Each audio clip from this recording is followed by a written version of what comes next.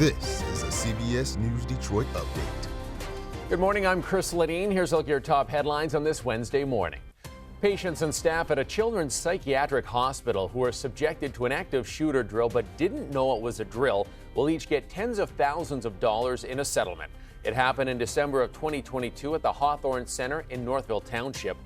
Now a judge has given final approval for a $13 million settlement. It calls for 50 children to receive roughly $60,000 each, and 90 workers will get an average of around $50,000 each. Meanwhile, lawyers in the case will get more than $3 million.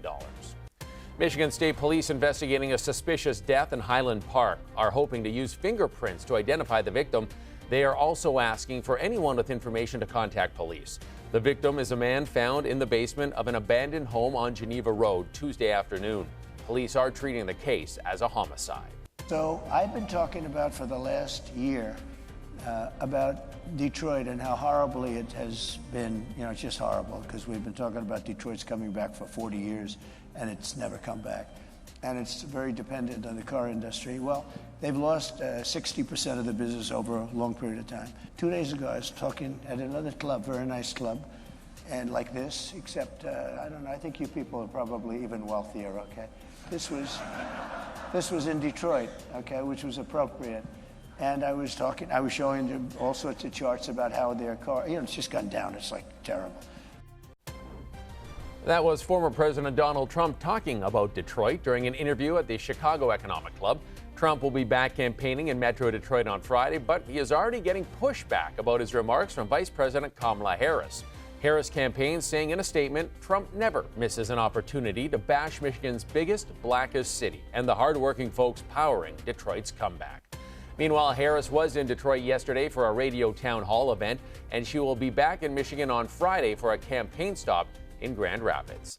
Time to check in with Troy now for that next weather forecast for this Wednesday. Good morning, Troy. Good morning, Chris. Today, a gorgeous day. We're going to see a lot of sunshine, but we're starting off cold in the 30s for most areas and only warming into the mid-50s once again today, going to a high of 54 degrees, making evening plans. Coat weather in store. We're still at 47 degrees by 8 o'clock tonight. So that chilly air certainly in place, but lots of sunshine to enjoy. We'll certainly enjoy that into the end of the weekend on into the weekend next week as well. Here's the way it looks as we take you into the next weather futurecast.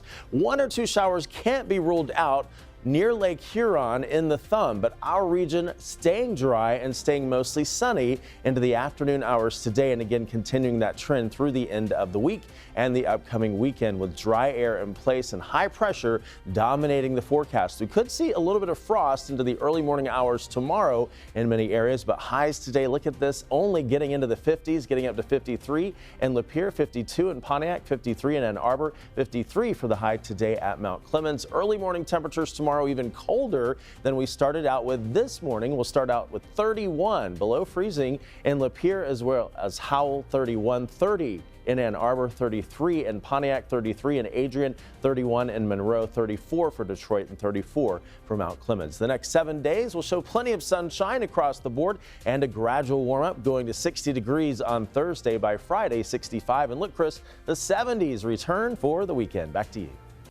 Didn't think I'd see that again. Thanks, Troy. That's a look at your headlines. We'll be back later covering stories that matter to you on air and streaming on the CBS News app and Pluto TV.